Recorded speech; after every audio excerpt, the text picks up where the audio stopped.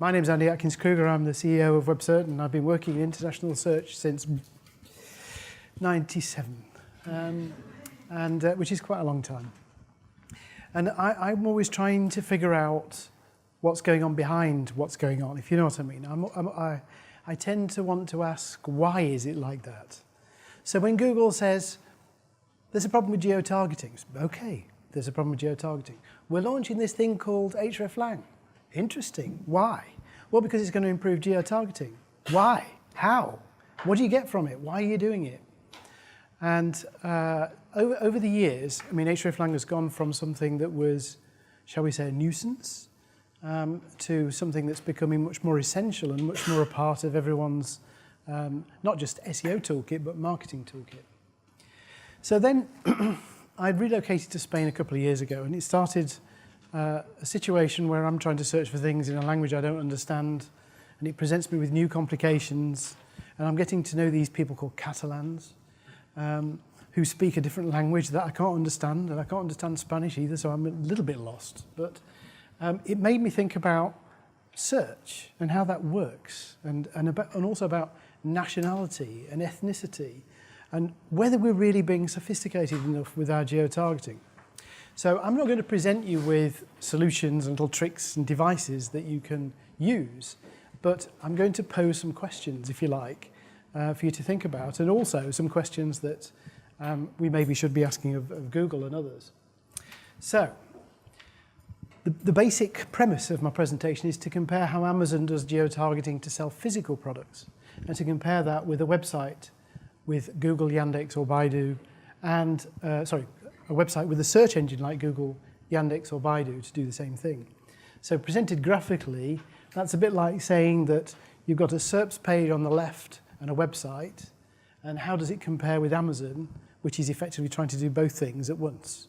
And yes, you can argue that there's a products thing in Google and shopping and all that kind of stuff, but I'm not interested in that. I'm interested in comparing, using Google and a website, which is what most of us SEOs are interested in, with Amazon and how that might work. So, as I said before, the agenda is really to start you thinking about things beyond the norm, to reject some of the stereotypes, if you like, to think beyond the physical borders. It's like one statistic I read, there was an exercise I did a few years ago, and it was about the word vacation. And somebody was putting forward the idea that people in Germany search for vacation, or a reasonable amount of time, and therefore they were starting to search in English. And I actually went and did some investigation behind this to figure this out, because it didn't seem logical, because the Germans have a very good word for holiday in Urlaub. Why would they not use Urlaub? And when I investigated, I discovered that people who were searching for vacation represented less than 10% of the searches for Urlaub. But it was still a significant-ish volume. But Germany is a big country. And when I managed to pull some stats from the German government, which said, at any one moment, 10% of the population of Germany is from somewhere else. This was before the immigration issue. 10% of the population is transitory, is people visiting, people on holiday, people passing through, people visiting. And those people could quite easily represent a search for vacation. It's more than the volume of vacation. So it starts to make you think about what's really going on with this geo-targeting. It's much more complicated than I thought. This slide I should have done earlier. This is Sitges, which is 40 kilometers away. It's where I live. And it's the reason I was thinking about this. But it's a foggy picture, so we'll skip that one. But ethnicity is, as it says here, muy complicado. It's not simple. This is a story about an ancient human being that was found in the UK. And when they analysed his DNA, they discovered that most of the population of the UK that considers themselves British is descended from this line, this character, but he was black. And the population of the UK is not generally thought of as being black in terms of its native, the native species. But what happened was people migrated to the UK, they were black, they had children, they needed more DNA, the skin got paler. And it just makes me smile that people who are not so keen on people of different skin colours actually descended directly from them. In some cases, not all Brits, by the way, I'm talking about a few. But nonetheless, it challenges your thinking about race and ethnicity. So is this slide.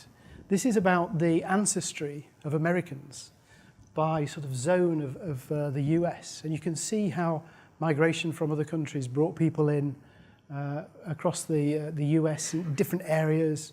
And you think of the US as a monolingual country, well, certainly I used to, as a monolingual country that's predominantly American. In fact, somebody today said they speak American, and I thought, wow, we're changing the language now to American rather than English. Maybe it's about time we did, but anyway.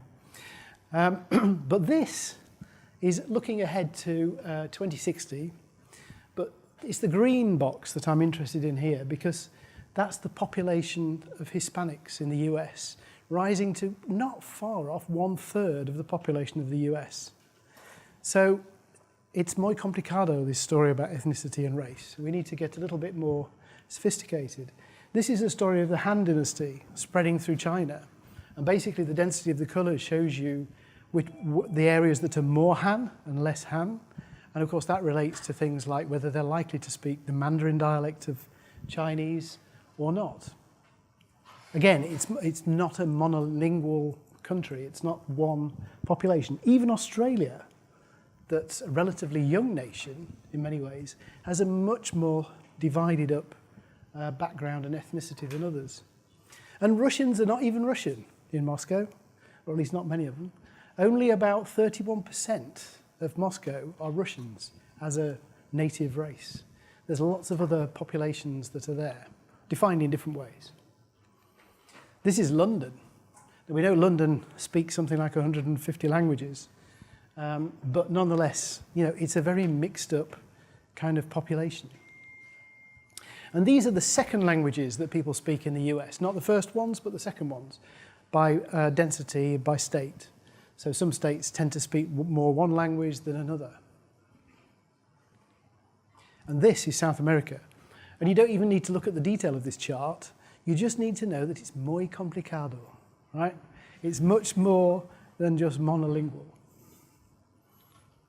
And this is Europe. Of course, Europe, the hotbed of the Indo-European language tree, with all sorts of different brands and dialects springing up from it. This map underestimates it for sure. I mean, if you look at Germany, it doesn't look like there's multiple dialects in Germany, and yet we know there are.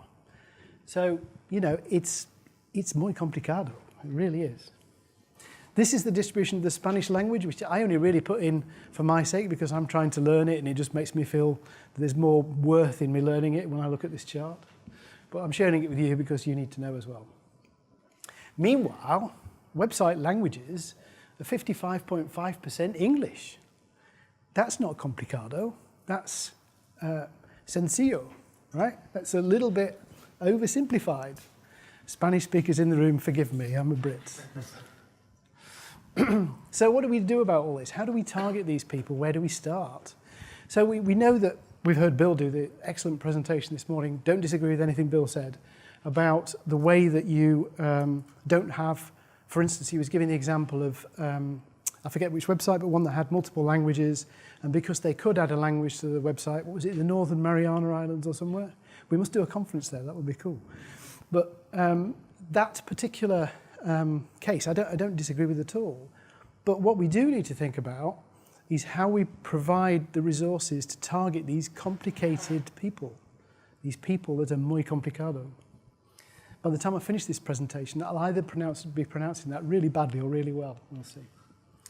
So the first thing that happens, the first thing we need to bear in mind is the idea of self-segmentation. It's essentially a term that I used a few years ago. So what is self-segmentation? Anybody? It's a posh word for search, right? Because when you go and search for something, you're creating a segment. You're creating an interest group of things that you want to get your hands on. But you're segmenting yourself. So, we've got personalization that kind of helps with that because it remembers other searches you did. But in principle, you are segmenting a group of content for you to go and look at stuff. So that's one thing that search helps with is this self-segmentation. But then you've got things like this Tinder app, which I've never seen or used, just for the record. But I've heard about it. And I know that what they do is that they swipe, right or left or right, one or the other, whether you like or dislike. Now, if you think about it, I thought somebody was correcting me, it's up or down, but anyway. So, but the point is that people are taking an action on Tinder that means that Tinder is learning about that person and their interests.